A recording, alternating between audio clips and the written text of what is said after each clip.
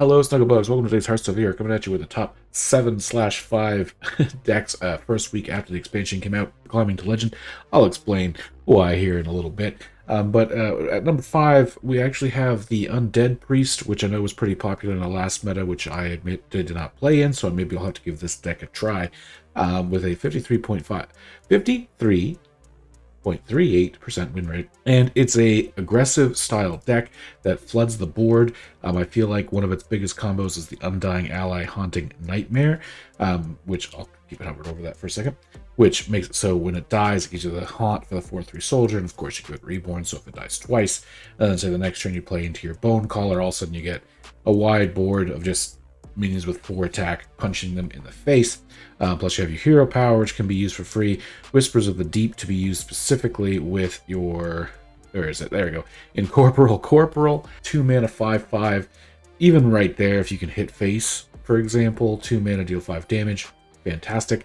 If you can play the Corporal that lives long enough to use Whispers of the Deep, then it also can potentially help clear your enemy's minions and then hit face, and then it's silenced, so it actually doesn't die. Kind of crazy. But yeah, then you have things in here like Mind Eater, so you also get stuff from your opponent's hand. So it has like a little bit of draw power in here with Cathedral and Grave Digging, because of course your undead minions come back.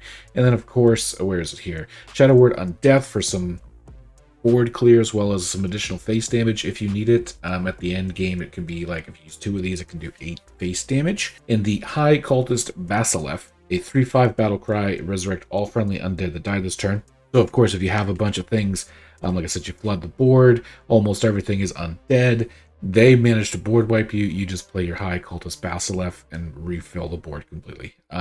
It does seem really good. It seems kind of all in on a board plan. Of course, a lot of aggressive decks do that, so if your opponent's playing high control and they draw a lot of those cards, it may fall a little short.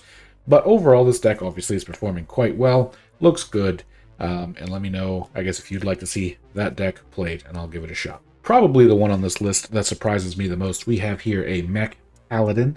It's very much Mech Paladin of old, in the sense of, you have your Leviathan, we got Zilliax back, which is perfection.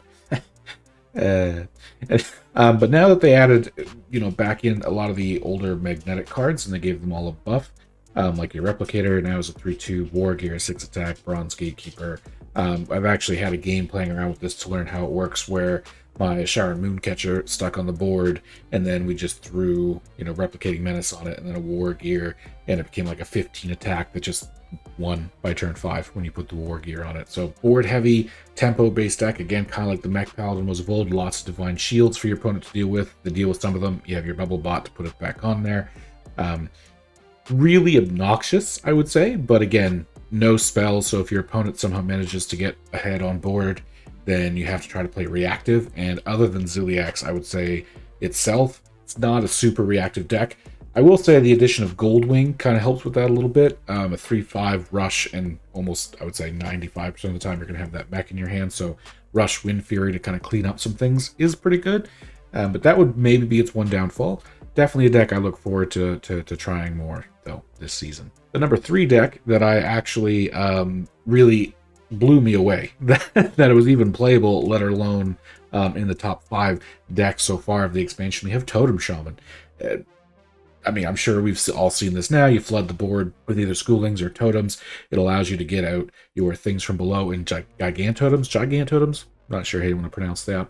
And then it allows you to hit them in the face for a little bit. Usually it is, at first, just a little bit until you start building up this board. If they can't deal with the board, you throw your Rot Gill down to buff it all up.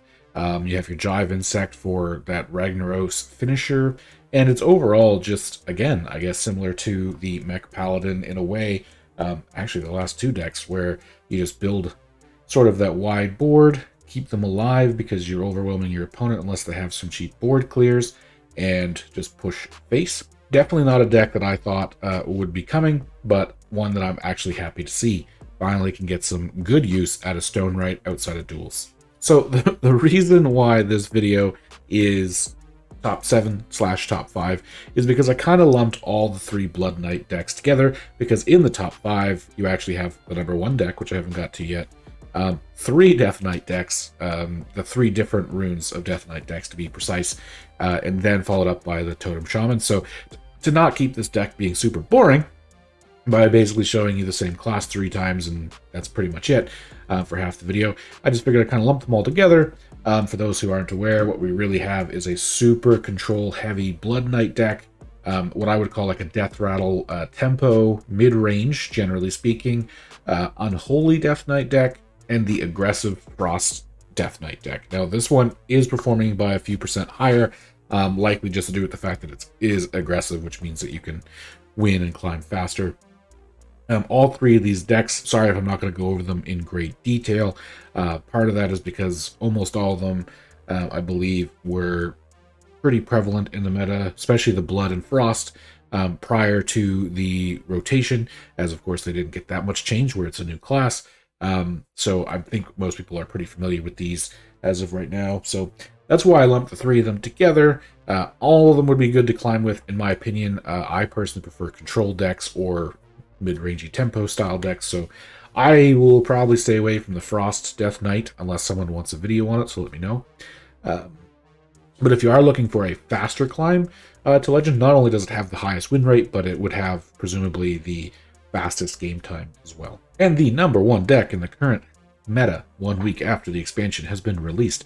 Not really a surprise to me. It's Pure Paladin. And the reason I say that is because, I don't know, over the last few years, whether it's Pure Paladin or Paladin in general, I find it always finds its way to the top. It seems like I don't know if it's a balancing difficulty with the class or they just, anyway, I won't say much on it, but it just always seems to be up here at the top. So at a relatively half a percentage higher than the Frost Death Knight, we do have this Pure Paladin, which is pretty similar to, you know, the Divine Shield Paladin, where the point is, again, you just play as many minions with Divine Shield as possible, try to keep them alive.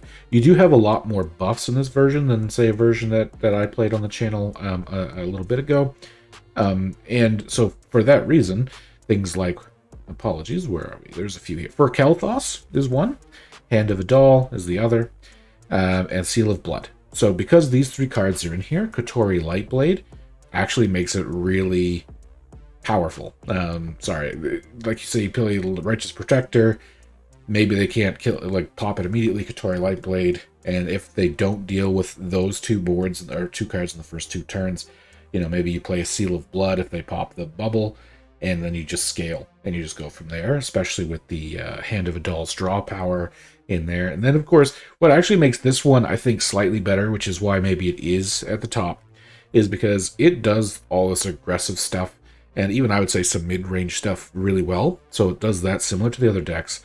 But then you have draw power with both Hand and the Curator, and then you have some late-game bombs and random legendaries in the Countess, which I think helps it finish off opponents and some of those other mid to late. I wouldn't call this a control or late-game deck by any means, but it does give it that extra oomph.